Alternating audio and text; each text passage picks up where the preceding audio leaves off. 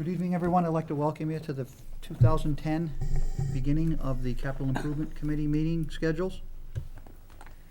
I'd like to call the meeting here to order at 7 p.m.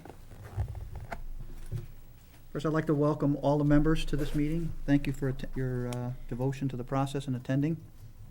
We will be meeting on alternate Thursdays until the conclusion of the process. We all have a schedule that's in our manual. I'd also like to thank all the members for taking the time to participate in this event. At this time, I'd like to introduce all the members and the staff. Starting with myself, my name's Tim Redmond. I'm the chair of this committee, and I'm also on the planning board. To my right is Earl Carroll. He's a community at large member. Next to him is Nick Camposano. He is the selectman's representative. Next over is Bill Gordon. He's a community at large member. Next on down is Suzanne Tremblay. She is the school board representative. Gail Lebrecq is our recording secretary. And Brian Rose is our planning director. In the audience, we have Jan O'Connell. She's the finance director, and we thank her for her time to be here. Okay, the function of the CIP, and I'll keep it brief. The role of the CIP committee is an advisory committee. The committee accepts capital improvement requests from the department heads, the town utility commissions, and the school board. All requests are evaluated to ensure master plan priorities are met and that the health, safety, and welfare needs of the town are considered and addressed.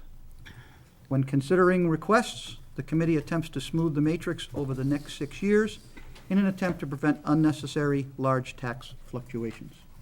And that's it in a nutshell. Right there for you if you want. At this point, I'd like to accept nominations for the election of a vice chair. Nick Camposano, please. I'd like to nominate Earl Carroll, vice president, vice chair. Do I hear a second? I'll second that. Seconded by Bill Gordon. Any other nominations for vice chair? If not, I'll close the nominations. We'll have a vote on it. All those in favor of Earl Carroll being vice chair, please say aye. Aye. Opposed? Abstained? Chair votes yes. Earl, thank you. Thank you. Okay, the next order of business, I would like to suggest that we limit our meetings to a 9 o'clock time frame. And if we are going to go beyond 9 o'clock p.m., we will have a voice vote among the membership to decide if we would continue or if we are going to give it up for the night. Everybody in agreement with that? Yes. Okay, that's all set. The next thing would be to everybody look at their schedule in the handbook and tell me if anybody has any conflicts that are going to prevent us from having a quorum. I know it's kind of short notice, but Looks like I'm good for all of it. June 17th is the only day that I have a conflict. June the 17th would be you, Nick? Okay. Now, would it be advised for us to have another selectman sit in for you that meeting? I would try with the chair's permission. Yes, please. I would Find appreciate another that if you would. Mhm. You don't have to tell me right now if you want to look at your schedule and let me know later. I just want to make sure that we're going to have quorums. And Suzanne, you seem to be in pretty good shape. Yes. Bill? I'm good. Okay. I don't have a life other than this. Well, we're happy for that, for you to be here. Everyone's handbook has some documents in it that are important for us to keep in mind. We have a Goffstown Code of Conduct for all town officials, whether elected or appointed, paid or volunteer. We all know what it is, but I just want to remind everybody that it is in there and we need to adhere to the town's Code of Conduct. And also remind you that in your handout there is a handbook that describes all the functions of CIP if there's any questions about the process or how we get where we need to get. And one more thing is, we are short 2 community at large members. At this time, I'd ask anybody that's in the public listening to this at home, that if you'd like to volunteer, we'd appreciate. You can come in next week, we'll get you up to speed and we can keep going. The only other possibility would be, I spoke with Henry Boyle, he is our alternate from the school board, and he would be willing to serve as a community at large member if there would be no conflict of interest with him being the alternate for the school board. At this time, I'd like to open it up to the membership for discussion, if anyone has anything to say about that. Earl? My only comment would be that I think we would be better served by having a community rep other than Hank, just so as to avoid any potential allegation of conflict of interest, that there are effectively 2 school board members on the committee. That's the only downside. I think the positive aspect of having Hank would be he's got a lot of experience with the town, with this committee, the school board. He's been a library trustee, he's been a selectman. He's got a lot of historical knowledge, institutional memory, if you will, that could serve us in good stead. But I think we have to be very careful of the potential conflict issue. Or the appearance of there? Yeah. Anybody else would like to address this issue tonight? All right, well, I'll ask for a voice vote from the members of this committee as to whether we would like to have Hank as a community-at-large member.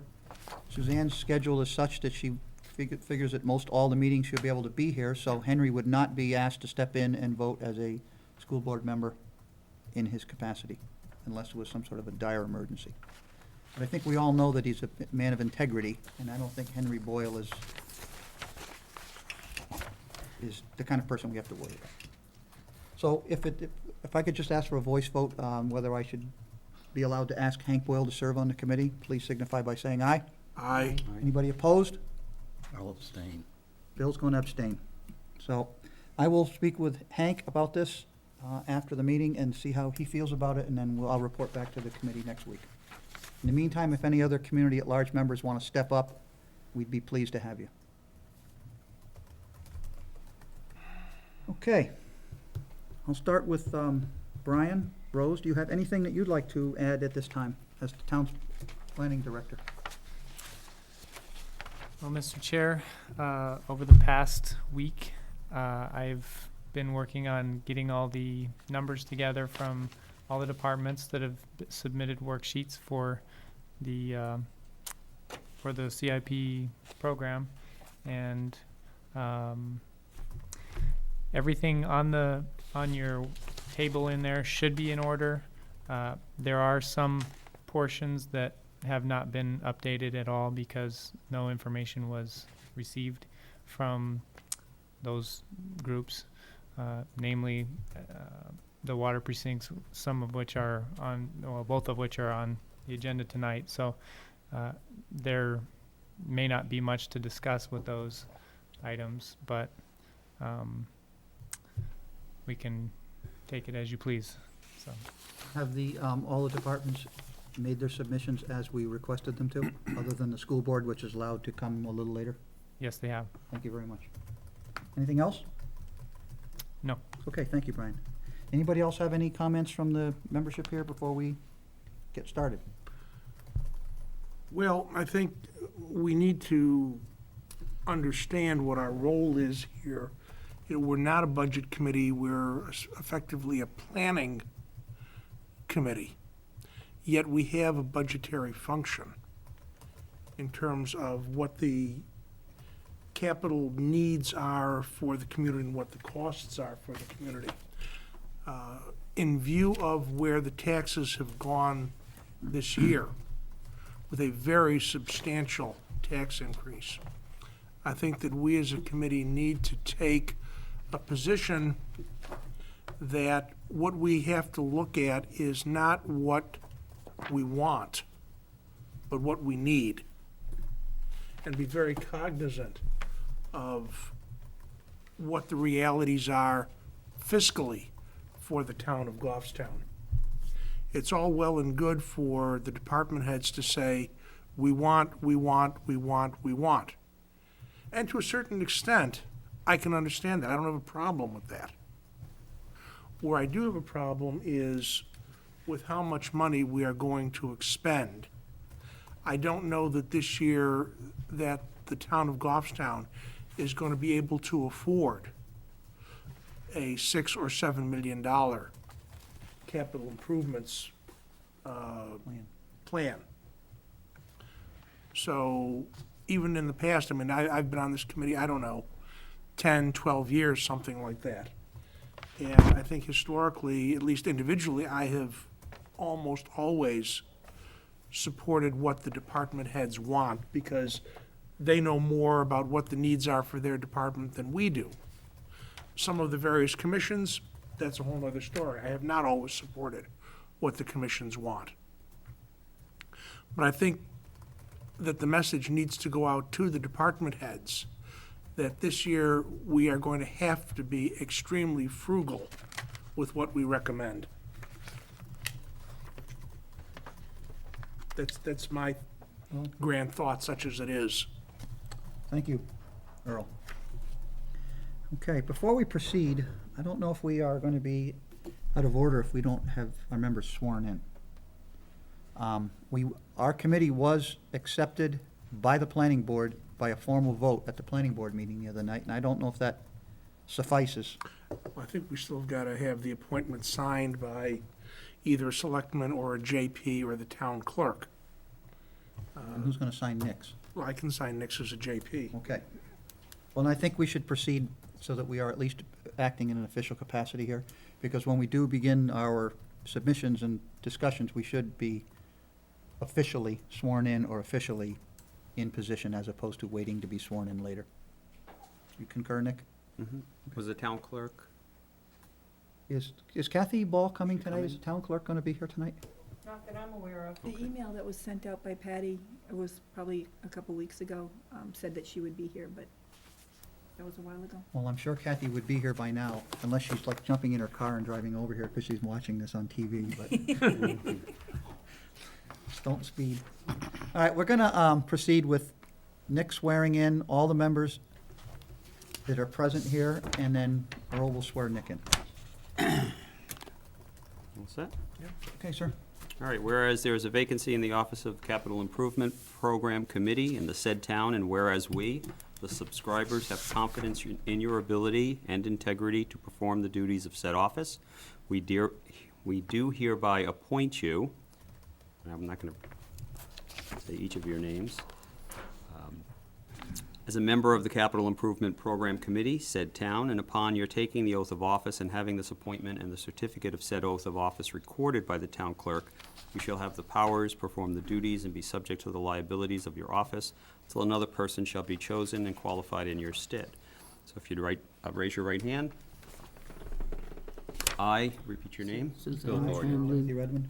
do solemnly swear Do solemnly swear that I will faithfully and impartially that I will faithfully and impartially discharge and perform discharge and perform all the duties incumbent on me All the duties incumbent on me. Incumbent upon me. as a member of the Capital Improvement Program Committee, as a member of the Capital Improvement Program Committee, according to the best of my abilities, according to the best of my abilities, agreeably to the rules and regulations of the Constitution agreeably to the rules and regulations of the Constitution and laws of the state of New Hampshire. and laws of the state of New Hampshire, So help me God. so help me God.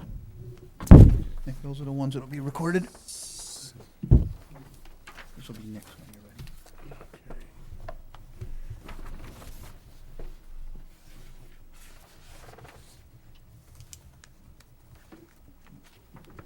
We'll have to swear in Henry Boyle when he does come to a meeting, I or thought if that he was comes your to a meeting. copy to keep.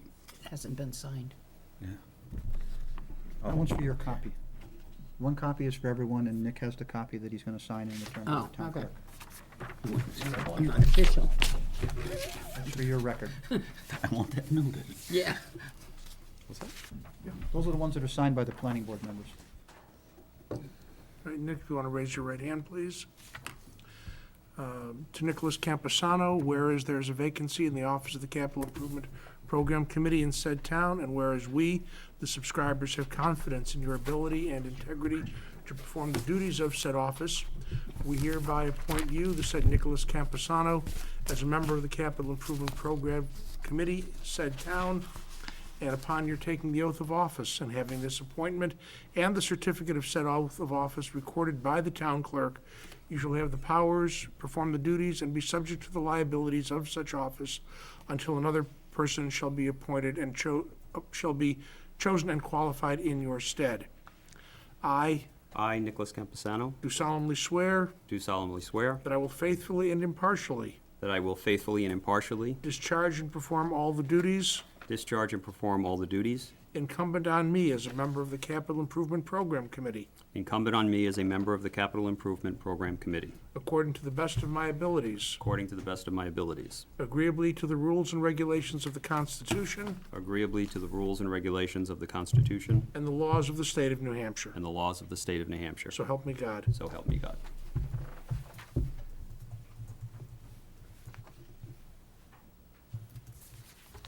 Thank you, Nick, and thank you, Earl. You're welcome. Who gets these? This goes to Nick. No, give them to me. I'll give them all to Brian, and he'll give them to the town clerk. You sign his. I signed his. You kept yours. It was yours, Nick. Okay, right. Brian, those will be returned to the town clerk. Thank you.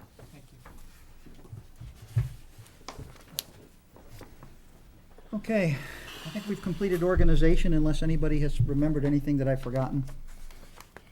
Okay. The first one on the list tonight is the Goffstown Village Water Precinct.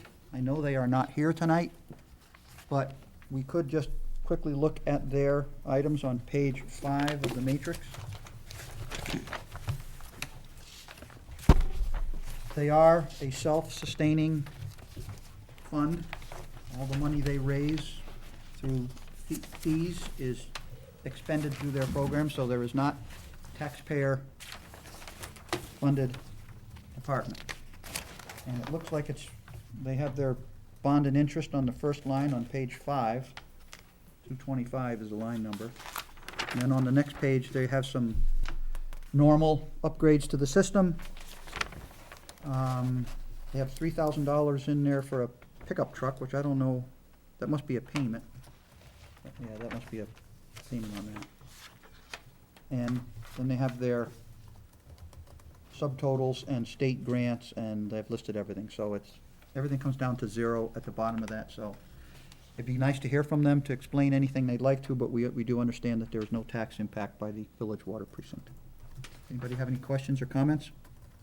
Mr. Chair, if I may add one more time. Yes, Brian? Again, these numbers are no different from the numbers you saw last year, just because they did not submit anything Okay. as far as CIP. The next one on our list is the Grasmere Water Precinct, and they are the next one down, starting on line 237. And they are, once again, they have their proposed numbers, but nothing goes out into the years beyond. So I think we're gonna have to ask them to at least submit some numbers for us to fill in the matrix, because even though they are a fund that funds themselves, they still probably should have it recorded in our matrix for the public to see.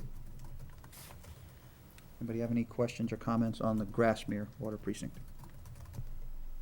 Seeing none, we'll move on. Next one is the Fire Department. And sewer. Sewer is not until next week, June 3rd. Oh, okay. I'm looking at the old schedule. Sorry about that. No problem. Mr. Chair, we Yes. did change the sewer to at the same time as the Public Works. Yeah. They had requested that, so that was Yeah. the reason for that. Thanks, Brian. Tonight, I'd like to welcome our chief, Richard O'Brien, and we are sorry that you had to be the first one on the hot seat. I know it's tough being first guy up, because you gotta have everything ready for the first night, but I'm sure you're well prepared. Every year you keep telling me if you're first, you get all the money, but it never happens that way. Who told you that? It was a dream I'm he checking had. my notes, I can't find it anywhere. Chief, here's your money for this year. Keep playing, keep playing. That's all I Welcome, can say. chief. Thank you, thank you. I have submitted my capital improvement plan. I hope you all received it. Yes, it's in our packet. Okay. Would you like us to go through it with you? We can go page by page, or? Well, I can summarize, that way I don't torture you too bad here tonight, but tonight I'd like to just overview exactly why the fire department demands the attention of the capital improvement CIP committee, because our operations is, I think was one of the biggest users of your program, because our operations demands very expensive equipment and apparatus. And it's not by my demand, or it's by my desire, but it's by what we have to do as far as our mission goes. As far as protecting our citizens from fire and emergencies, demands specialized equipment and apparatus. A good example of what it costs today to do business is our new tower ladder truck. They were able to get grant funding for a majority of that purchase. The truck was delivered a month or so ago, and the bottom line cost of that vehicle was almost $1 million. And that could be cost prohibitive to most communities, and we're very fortunate to capitalize on a federal grant. Unfortunately, federal grants aren't given out lightly, and we've tried several times to capitalize on other grants for other apparatus, but sometimes they just don't pan out. So tonight, I'd like to go over our overall 20-year plan to give you an idea what we're faced up against, just as far as vehicle replacement goes. If you go to page 4 of the plan, you'll notice we have vehicles that are replaced on what we call a schedule. And when we look at replacing vehicles in our fleet, we're looking at engines that typically last anywhere from 15 to 17 years upon our experience. Ladder trucks could last about 20 years in our community. And with the ambulances, we know that they can be reliable up to about 6 years. And after that, we tend to have problems with them. Staff vehicles and utility vehicles, we can get 10 years out of them, depending on the condition as we have it. And there's other vehicles out there that are specialized vehicles that we tend to get more usage and time out of. For example, our forestry vehicle right now is a 1968 Jeep, and it's just ideal for the conditions it's faced and the amount of times that it's used. So we have that slated for replacement in 2018 on its 50th anniversary. So that vehicle, in fact, will not owe us a dime when we're done with it. As far as our boats, we have Boat 1 and Boat 2. They're inflatable style rescue boats that we use both in Glen Lake and in the river for rescues. And again, those boats tend to last 15 years as long as we don't hit too many obstacles in the river. So with that said, you'll see that we're attempting to manage our fleet so it mimics our needs for our mission. And when we talk about replacing engines or ladders or a squad or an ambulance, that means it's a vehicle that has a specialized operation that we need. A lot of the newer apparatus that you see nowadays, when you're traveling around between not just Goffstown, it could be Manchester, Concord, or Bedford, you look at a fire truck that may pass you and go, there's a engine, I think, or a fire truck. And now some of the modern apparatus, the trucks are tending to look the same. But unless you look closely, you don't notice that truck has special operations or capabilities for that community. So for example, when I talk about replacing an engine, it may have certain capabilities that another engine in town does not, whether it be a pump, has foam, we call foam capabilities, or other rescue tools that are on board. So just the blanket statement of we've got too many engines in town doesn't really say much, other than you're talking about number of vehicles. If you're trying to point at a certain engine that we have and say we don't need another one of them, that means that perhaps the jaws of life aren't needed. The rescue tools on it aren't needed, or the amount of water on it isn't needed.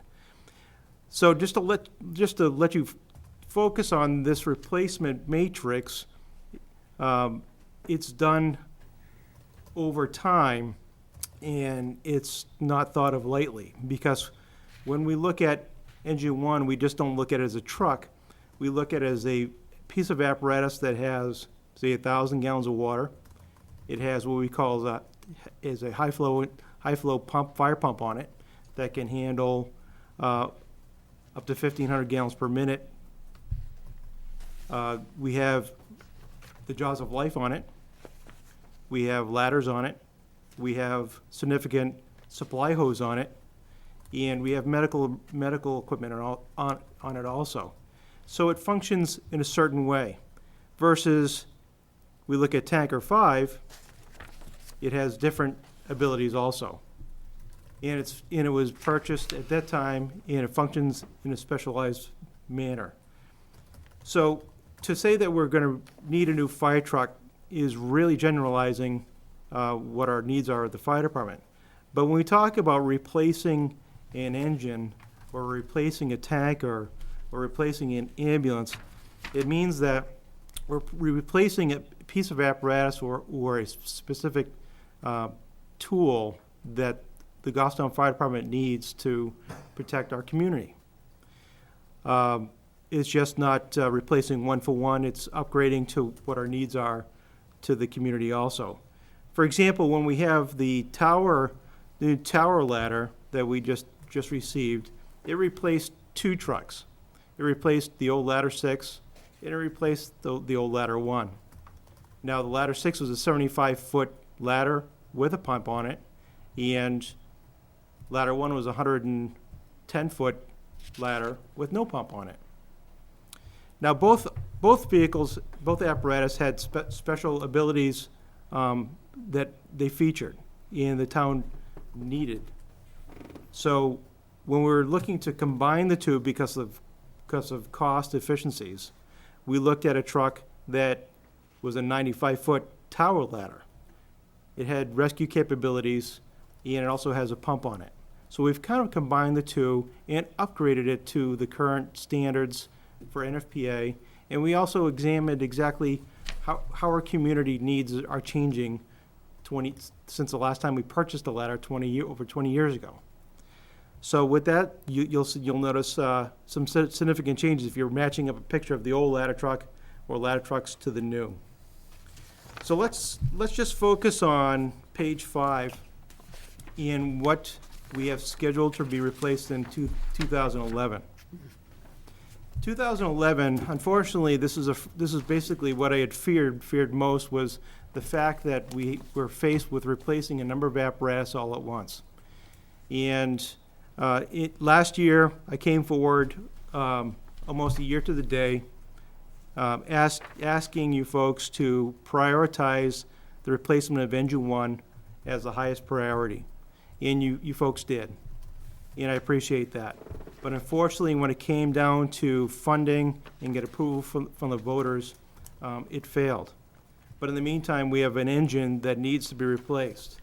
And then we have engine 5 and tanker 5 that are aging, and they need to be replaced, and I'll talk about that also. Also, you'll see in the queue for replacement of 2011 is ambulance 1. Again, we focus on looking at replacement of ambulances every 6 years because the use, and I call it the abuse, that these ambulances get on a daily basis, because these vehicles are running to the hospital 3 to 5 times a day, and in the worst conditions. So let's get back to engine 1. Engine 1 is a 1994 Spartan 3D engine. We call it an engine. It's a fire attack pump. I correct myself. It's a 1250 gallons per minute. It's a fire pump, and it's got a tank that holds about 1,000 gallons of water. It has high mileage on it, high hours, and high engine hours. Now, when I came to you last time, again, there were the same issues. There's a need to replace all the plumbing in that fire pump. We're experiencing electrical problems. We're experiencing motor leaks, and the suspension has some significant issues with it where The front end is starting to show extreme failure, where the brakes, we're constantly replacing brakes and in steering and control arms. But this truck is in service today. Also, we have engine 5. Engine 5, we were experiencing some significant pump problems over the winter. And so we decided to get an independent mechanic to take a look at both of these vehicles, because what we're experiencing is we have local vendors that seem to give us the same story on what we needed and what those trucks both needed to get for replaced. And each of them are coming up with significant price tags. So it's kind of like going to your doctor for a second opinion. This is one of those occurrences where we thought it was appropriate. So we found a very reputable emergency vehicle mechanic in Maine. We took the vehicles up there, and unfortunately, the fuel tank on engine 5 just about fell off on the way up, but we're able to salvage it. And engine 1 went through, they tested it, they tested the pump, and they felt that if we replaced a certain number of valves on this fire pump, we would be able to get by until the end of the year. So the cost of replacing those particular valves is going to cost in the range of $2,000 to $3,000, and we're in the process of ordering that equipment as we speak. Now, engine 5 got up there, and they immediately looked at it, and they began the test. And as they're performing the test, they had to shut down the process. And Can we just take a break for a Sure. second here, Chief? You all right, Nick? yes, he says yes. Yeah, until he chokes in the hallway. Yeah. For a minute. Just take a break for a second. I hope I didn't get him all choked up. He's been a selectman for a while. I think it would I take more don't than think that it's to gonna- get him up to. There you go. I think he talks fire, too. Yeah. He talks it well. So the 2 to 3K, that's for tanker 5? Engine 1. What's that, I'm sorry? 2 to 3K to fix, to get us to the end of the year, is for tanker That's 5? engine 1, $2,000 to $3,000. Oh, engine 1. That's engine Okay. 1, okay? That's just to get us by this year. Right, got it. Okay, sorry to interrupt. We're back on. We're good, huh? No, Okay. he's breathing. Yeah. Lot of pollen.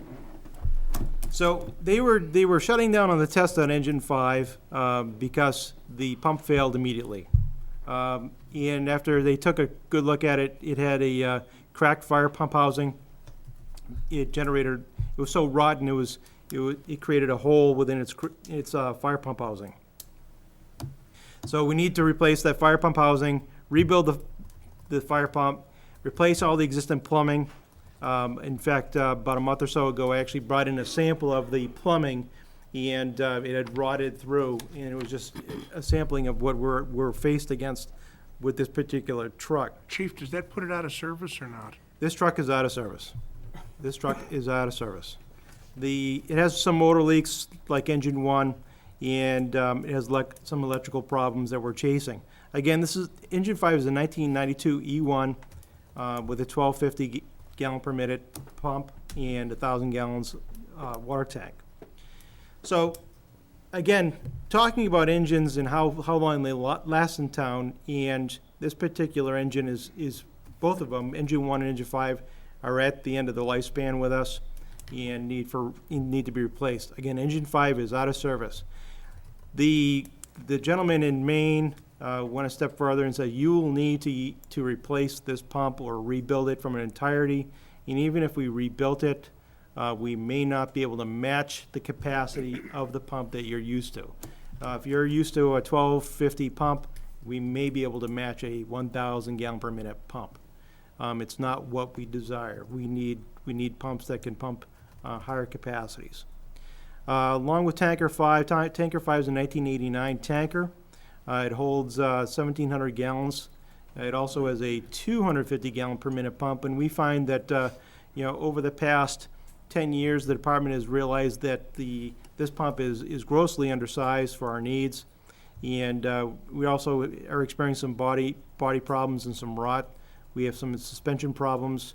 like any vehicle like this size, when it's holding 1,700 gallons of water and the weight that it handles, it tends to get, it gets worn down fairly easy. So our plan is for these particular vehicles, engine 1, engine 5, and tanker 5. We need to replace engine 1 with a new engine, with a new pump, where we want to replace it with a similar unit. Has the ability to pump at least 1,250 to 1,500 gallons per minute, have the 1,000 gallons of water on board, and have the ability to carry our jaws of life and other rescue equipment, and enough supply hose to get the job done here in Goffstown. Now with engine 5 and tanker 5, again, trying to manage our fleet and future costs of replacement is probably one of the things that I'd like to see, is similar to what we did with the 2 ladder trucks in downsizing our fleet, is to look at doing something similar with engine 5 and tanker 5, and instead of replacing those 2 trucks for 2 additional trucks, is combine the 2 and replace it with an engine, or we call a pumper tanker. This pumper tanker will have a fire pump capable of pumping approximately 1,500 gallons per minute and at least 2,500 gallons of water. This will give us a combined unit that can get a supply hose, ladders, potable water to a site that doesn't have hydrants in town. And then lastly, we talked about the ambulance. The ambulance needs to be replaced. Ultimately, sometime down the road, as far as the planning portion of the arm of this town, something that we'd like to look at is perhaps preserving a 3rd ambulance at some point in time in the future, if we could possibly do that in rotation. That way, if we do have an ambulance go out for mechanical reasons for an extended period of time, or at least greater than a day, we're able to use that reserve ambulance in that fashion. Or in the future, if we want to use it for standby events, say at the campus, or standby events at the schools, or perhaps do transfers from any of the nursing facilities here in town. But again, right now, we're slating ambulance 1 to be replaced. Someone asked, why can't we just, do that now? Unfortunately, we don't have that much space in our stations to carry any reserve pieces of apparatus. And that's one of the other issues that you'll see on in my matrix, is a new fire station. New fire station was added to the matrix back in 2008, actually, when we were talking about planning and designing a new station. And last year, we had put the new fire station in 2010, 2011, around $7 million. Because the economy and the way it's been progressing locally, we've been deferring it. And in your plan, you'll see that on page 6, at this point in time in 2012, this is where we've deferred it out even further to 2012 to see where the economy is, where land may be available, and go from there, see how the bond ratings are. I did not put down any bond payment schedules. That's something that we could probably develop or estimate in the future for your matrix.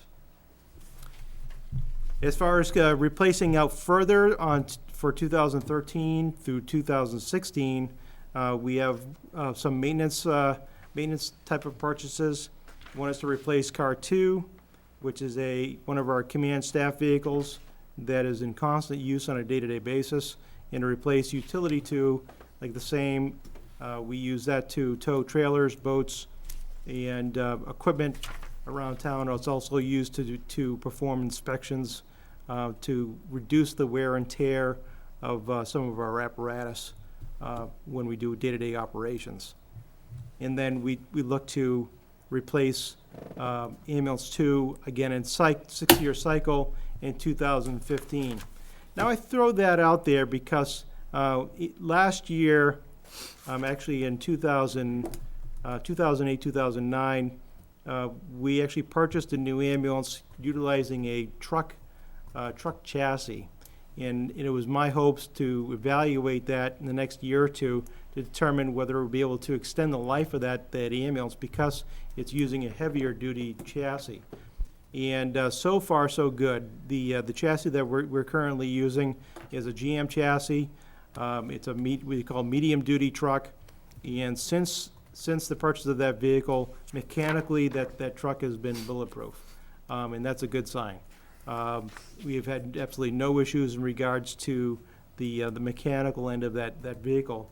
So we're hoping in the next year or two, if all goes well, we may bump out that replacement of that ambulance out a year or two, depending on how things are going. Excuse me, Chief O'Brien, the ambulance purchase would be from the ambulance reserve fund Correct. in its entirety, correct? Correct. We have a EMS special revenue fund, which the revenue that is gained to be placed in that fund comes from billing our patients that we transport. And in the past, we've been able to purchase ambulances without any tax impact whatsoever. And the last item that we put on the radar was in 2014 was replacement of our self-contained breathing apparatus, our SCBAs. This is something that our folks rely on whenever going into a hazardous environment.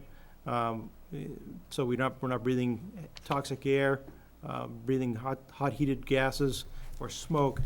The last time we were able to get SCBAs was in the 1990s, or actually early 2000s, from a grant. And most of the SCBAs nowadays have about a 15-year lifespan, and we anticipate replacing them at that point. So with that, that is our submissions for 2011 through 2016. And I'd be happy to entertain any questions. Yeah, go right ahead. Okay, thank you. Chief, let's start, if we would, with the engine replacement. Now, I believe you said that engine one, $2,000-3,000 will get us through this year. Correct. So in looking at your itemized submissions, it appears that your priority one is to replace engine 5 and tanker 5 with one unit? Yes, since engine 5 is out of service and unusable at this time, the only way we could put that unit in service is if we spend extraordinary amount of money for that truck. What do you have up at Station 17 now? Right now, we have engine 4 stationed up there to supply that area of town. Some of the things that, for example, the problems that are posed with being in the condition that we're currently in is with engine 1, we noticed that because of its age and the fact that we use it quite a bit, it goes down for maintenance on a regular basis. And when that happens now, we are truly, there'll be a section of town that is unserved by a fire engine. And in July, our engine 6, which is a 2005 E1, is currently having some warranty paint failure, and it needs to go out to a paint shop in Massachusetts for warranty paint work for about 2 to 3 weeks. Again, we'll be down an engine, and there'll be an area of town we're hoping that won't be underserved, but if it went out today, you'd have an area of town that would not have a fire engine or attack piece like this. We'll be looking at, see if we can use a loaner truck or ask maybe one of our mutual aid partners to see if they've got a spare piece of apparatus that may be available that we could borrow for that month. I think my concern is not with what you're asking for, because we've gone through this year after year after year. But your requests, at least apparatus-wise, seems to be all packed up in 2011 with essentially with nothing apparatus-wise in 2012 and not a whole lot in 2013. Push comes to shove.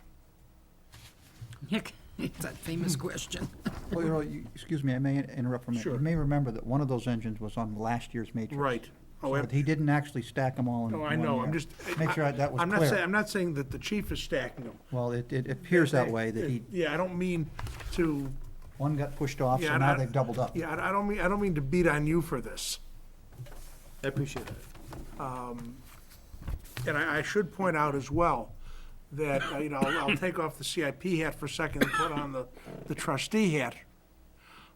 We've got slightly over $100,000 left. I think it's 106 or 107,000, if memory serves me correctly, in the fire apparatus capital reserve.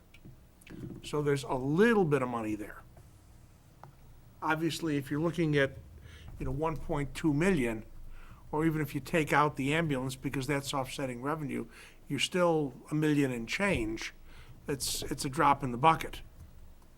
But I guess if, Asking them to choose, aren't you? yeah, I'm asking them to choose.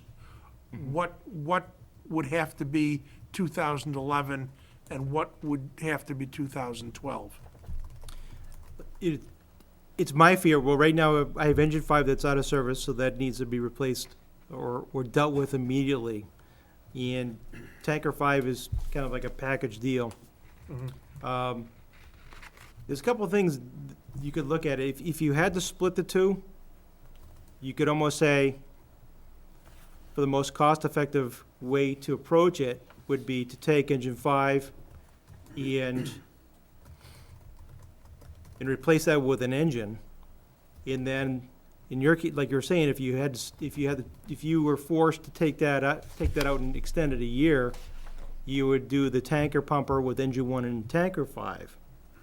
My fear is if you do that, if you split it up again, my fear is after the vote goes, engine 1 will experience the exact same issues that engine 5 is experiencing right now, and we're still gonna be down a pump.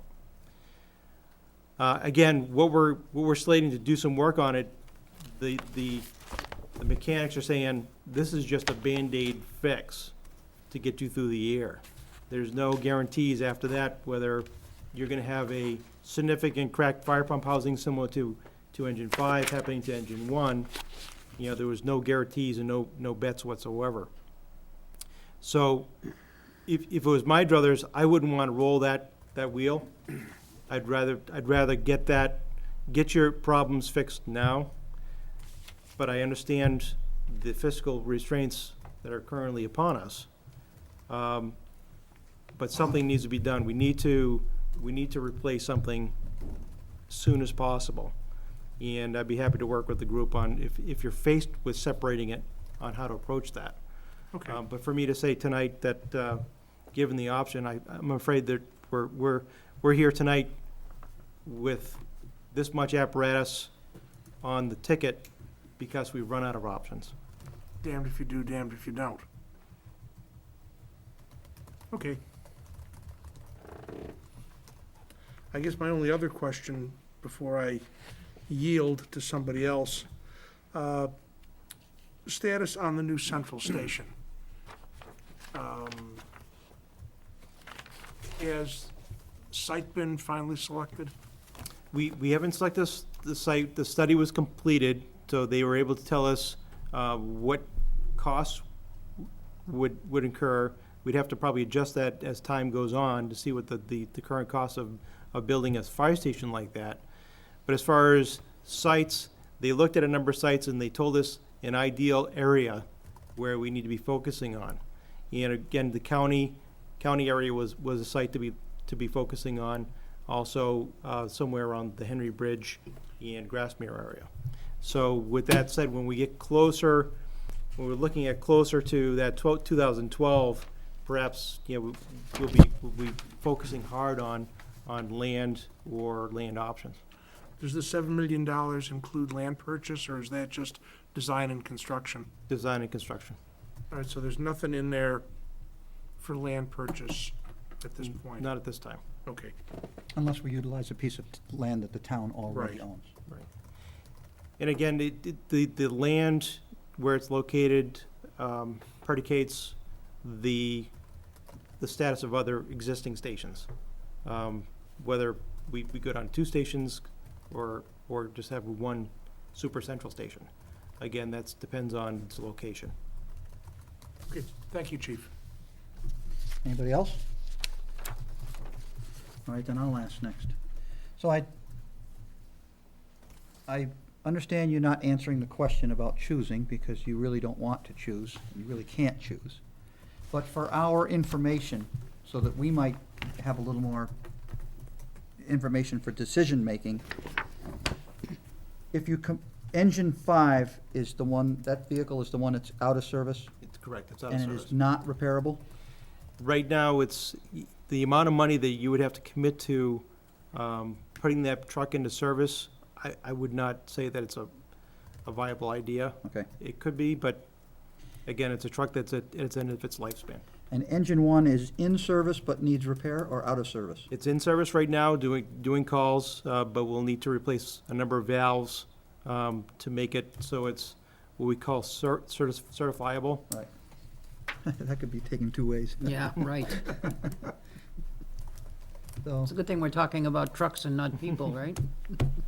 Certifiable. that's what I was getting at, but didn't come right out and say it. And so Engine 1 is, at this time, being used and It is in service. can be repaired with some valve replacement. Right. Okay. So we're gonna have to make our decisions later, and that just sheds a lot of information on my, as far as I can see here. It's good for us. Okay. Somebody else must have something to say here. Bill? Yeah, Chief, what is the large amount of money to put Engine 5 back in action? Engine 1. No, 5. Engine 5 Engine is out 5. The recommendations that we're seeing right now is about $30,000. And again, with that, even though you may put $30,000 in to replace or repair the fire pump, if you try to repair that fire pump with that amount of money, with replacing the plumbing in it, they're still not guaranteeing that they're gonna make that pump 1,250,000 gallons per minute, the amount that we need. They say we might be able to get 1,000 gallons a minute out of it, and that's lower than what we need as a community and as a fire department.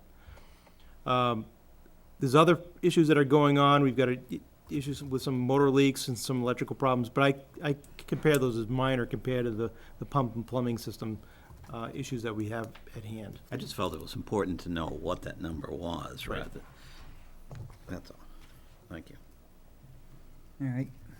Suzanne? I'm fine. Nick? All set. All right, before we let you go, Chief, I just want to reiterate, okay, good. I just want to reiterate, he must have been watching at home, decided to show up. Welcome, Henry. I'd like to reiterate that, to commend the citizens for voting in the Capital Reserve Fund money 2, or was it 3 years ago? I can't remember. Was it 3 years ago? 3 years ago.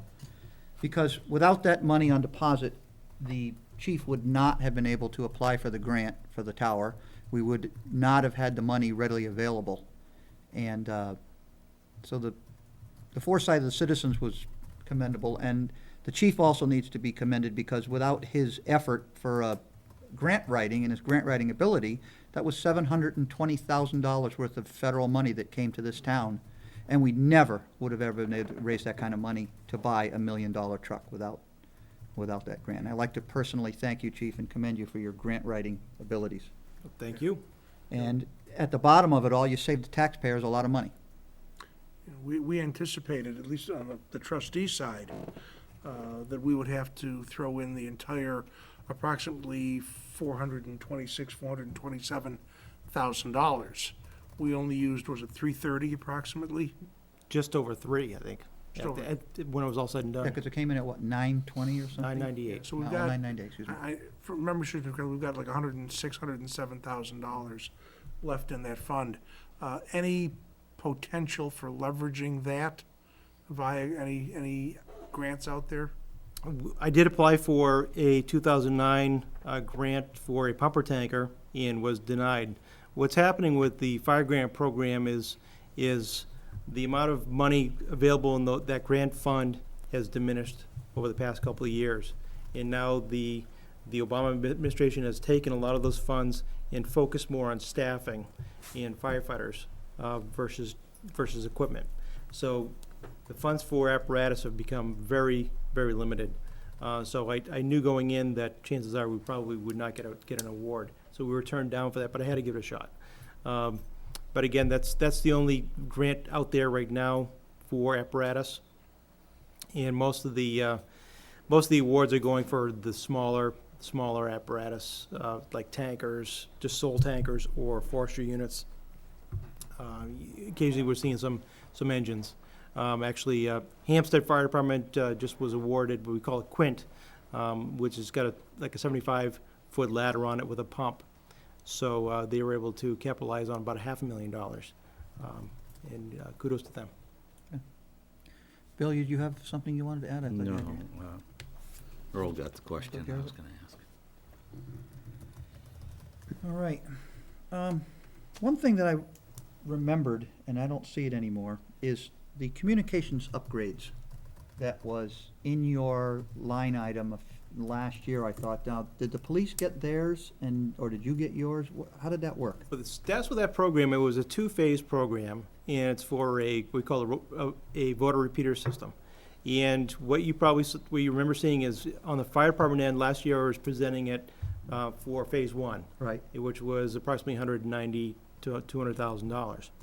And that was approved through the budgetary process. Okay. And now we're actually in the process of going out to RFP, going out to get some bids for the project in itself. And since I was here last year, I was able to apply for an emergency management grant for that project, and we were awarded. And we actually just went through the public hearing on it to pay for about $96,000 of it. So we're able to get some money back from that. Okay, so I just was looking ahead. The police department's Phase 2 communications upgrade is in this year. You should were see a Phase sheet 1. in the police end. Okay. Yep. I just wanted to make sure that got covered. And you'll hear from Chief Sullivan on that. All right. Anybody else? Are we gonna let this gentleman go home? Thank you much. All right, Chief, if we need to have you called back for any questions or we will give you ample notice, and our deliberations don't begin until July the 29th, July the 15th. So if you have any scheduling conflicts, make sure you let the planning office know if you have Let you know, and I'll- vacation or anything going on that you can't be here for any of those deliberatives. Will do, and I'll be happy to come back. All right. Thank you for very your much. time, Chief. Have a good night. Okay, if you don't have any more business to attend to, we can attend to what we talked about in public session here. Nick? Just a quick question before we leave the matrix. I noticed last year we had talked about having the matrix updated each year with the accurate current mileage on vehicles. Okay. And I'm looking at the mileage here on our 2011 matrix, and they look to be identical to the ones on last year's matrix. For fire department For vehicles? all the vehicles. Oh. Well, then I'm gonna ask Brian to check with the department heads and see if we can't verify the mileage being correct. I did notice, Brian, that on the fire department's submission forms, there's no place on there for the chief to actually identify which engine or tank or It is in what the- is going on. It's in the narrative, Tim. Oh, I understand that, but some of the other departments have a place where it says project name. Yeah. So I True. wanted to, maybe we could just get those, the Where fire you- department request forms here that are in our book. Page 8, actually, was the first Yeah, it's- example. Yeah. There's a project cost in there, but there's no, Identification? Yeah, it ordinarily would be in the upper right-hand No. side of that page. You're just talking about the name of the project yeah, the name on of the that project. page? We don't know, we have all these numbers and we have the classification, but we don't know what the actual item is that we were looking at. I thumbed back through and wrote them in myself. Okay. The last thing is that you can also identify them by the fixed asset numbers, which is in our matrix now. The finance department has made it very easy for us to follow along with their fixed asset numbers, which is alongside the VIN number on your matrix. So even if the project was identified with a fixed asset number, then we can easily thumb back to the matrix and find it. I know it's not a big deal, but it would make it just a little easier to identify them. You want, I think, Tim, in terms of, at least the fire department apparatus, it looks like the chief did update those numbers Okay. on page 5 of his submission, where he's got the photos of the various All right, vehicles. but they didn't get entered into the matrix? Correct. Okay. And I think, just in Brian's defense, he said that Brian has just got into this. Just got into both this feet, thing. So we'll give him a chance to come up for a little air. very So- little. We'll catch up with him. so Mr. Chair, would you like to see the mileage on all vehicles or just those ones that are on this? If you could just, Current if you could matrix. check the current mileage on this year, mileage that was posted on last year's matrix to make sure the mileage was updated. Is that right, Nick?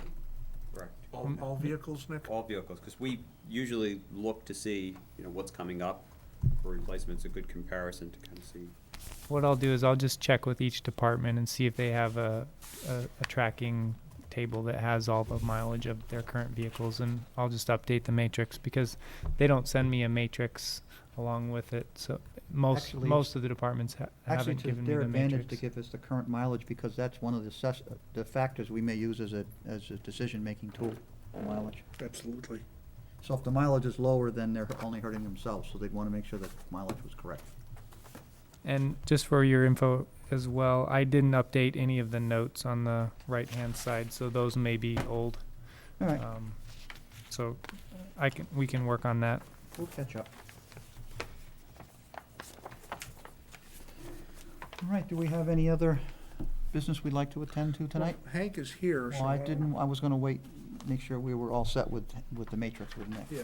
That's why I was getting to that, but Gotcha. very least we can swear him in. I think you If he need agrees. An appointment paper signed by the planning That one board. right You here. already have one? You're all set. Well, Hank, we discussed in public session that if you would be willing to serve as a community at-large member, we would find no objection and conflict as an alternate to the school board. Your character is what it is, and we know who you are, and we know you're not gonna, and two members of the school board doesn't create a majority anyway. Nope. So if you are willing to serve as a community at-large member, we would appreciate your service, and we'll get, it's a big zero, just like the line item down here for the water department. So if you're willing, we have your appointment papers right here, and we'll have Nick swear you in, and we'll be good to go, and we'll have you take one of the books here that one of the other community at-large members is not gonna take. We thank you. All right, Nick, do you want to swear him in while we're in public session here as part of the record? Sure. Okay. Come on up, Hank. Again. Again. Welcome aboard. Thank you, Janice, for attending. Good night. Whereas there is a vacancy in the Office of Capital Improvement Program Committee in the said town, and whereas we, the subscribers, have confidence in your ability and integrity to perform the duties of said office, we do hereby appoint you, said Henry Boyle, an alternate member of the Capital Improvement Program Committee in said town. And upon your taking the oath of office, and having this appointment and the certificate of said oath of office recorded by the town clerk, you shall have the powers, perform the duties, and be subject to the liabilities of such office until another person shall be chosen and qualified in your stead. Raise your right hand. I, I, Henry Boyle, Henry Boyle, do solemnly swear do solemnly swear that I will faithfully and impartially discharge I will faithfully, impartially, and discharge and perform and perform all the duties incumbent on me all the duties incumbent on me as an alternate member of the Capital Improvement Program Committee. as an alternate member of the Capital Improvement Committee. Excuse me, is that Yeah, I was gonna correct? I was gonna say, and as a full member of the Capital Improvement Committee, you should. Hmm. He's doing both, actually. Okay. As a full member of the Capital Improvement As Program a full Committee, member of the Capital Improvement Committee, according to the best of my abilities, according to the best of my abilities, agreeably to the rules and regulations agreeable to the rules and regulations of the Constitution and laws of the state of New the Hampshire. Constitution and laws of the state of New Hampshire. So help me God. So help me God. Thank you, sir. Give him that copy for him, and you can sign this one, Nick, and we'll turn that one into the town clerk. Thank you, Henry. No, that's yours. You're welcome. Appreciate you stepping up. Hope Marie I already understands. did. Does Marie understand?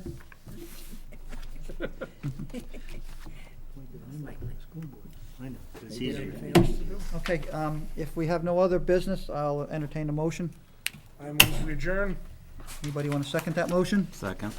Seconded by Bill. All in favor, say aye. Aye. Opposed? Meeting is adjourned at 8:06 PM.